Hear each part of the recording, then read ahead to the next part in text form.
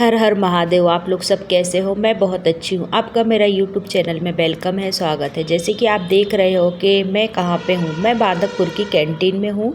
और जैसे कि मैंने आपको बताया कि दीदी की कुछ इच्छाएं थी, जब दीदी जिंदा थी, जीवित थी, दीदी की कुछ बहुत सारी इच्छाएं थी कि रितु अगर मुझे कुछ होता है तो तू ब्राह्मणों को भोजन करवाना। उनकी बहुत इच्छा थी कि मैं करवाऊँ, बट वो नहीं रही, लेकिन उनकी इच्छाओं को अब मैं पूरा करूँगी, क्योंकि वो मेरी बहन भी है और उसने मुझे ज़िंदगी के हर मोड़ पे सहारा दिया है, साथ दिया है।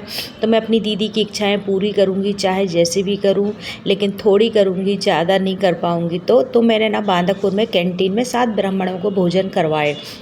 तो देखिए, ब्राह्मण सभी इकट्ठे हो गए थे। जैसे कि बांदकपुर की आरती के बाद फिर उन्होंने ना जल, जैसे कि आपको पता है कि बिना प्रार्थना किए खाना भोजन नहीं खाया जाता है, तो इन्हें पहले प्रार्थना की, उसके बाद खाना खाया। तो हमने, जैसे कि आप लोगों को भी लगता हो ब्राह्मणों को क्या क्या दिया जाता है, तो ब्राह्मणों को कुछ ज़्यादा नहीं दिया जाता है, बहुत थोड़े से उसमें हो जाता है, जितनी अपनी श्रद्धा, जितना अपनी गुंजाइश उस हिसाब से देने चाहिए। तो मैंने तुलसी की माला दी थी, एक गिलास दिया था, फल दिया था, टावल दी थी और 51 रुपया रख के दिए थे। मेरी जितनी गुंजाइश थी मैंने उस हिसाब से ब्राह्मणों को श्रद्धा अनुसार उनको प्रसाद दिया और मिठाई का डिब्बा दिया था। तो इस तरीके से मैंने ब्राह्मणों को बांदकपुर में भोजन करवाया। दीदी की आत्मा को शांति जरूर मिलेगी कि मेरी बहन ने मेरे लिए कुछ तो करा।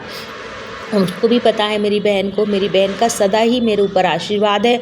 वो बोलती थी, रितु तू कभी दुखी मत होना, अगर मैं मर भी जाऊँ ना तो मेरा तेरे साथ बिल्कुल बर हमेशा आशीर्वाद रहेगा, तू कभी नहीं हारना। और तू अगर हिम्मत हारेगी तो फिर घर परिवार को कौन देखेगा, मिष्टी को कौन देखेगा, मिष्टी को भी तुझे ही संभालना है।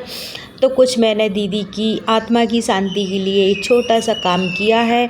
अगर आप लोगों को ये लगता है कि मैंने सही किया है तो वीडियो को लाइक शेयर ज़रूर करें, वीडियो को देखना ना भूलें।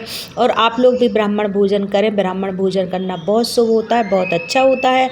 अगर ब्राह्मण घर पे खाना नहीं खाते हैं तो आप कैंटीन में खिला सकते हो, कोई मंदिर में खिला सकते हो, या उनको दान भी दे सकते हो। बट मैंने दान नहीं दिया, मैंने तो बस बोला था आप तो ऑर्डर कर दो, हम बांदकपुर में ही कैंटीन में ब्राह्मणों को भोजन करवा देंगे। तो हमने 7 ब्राह्मणों को भोजन करवाया, जितनी हमारी गुंजाइश थी।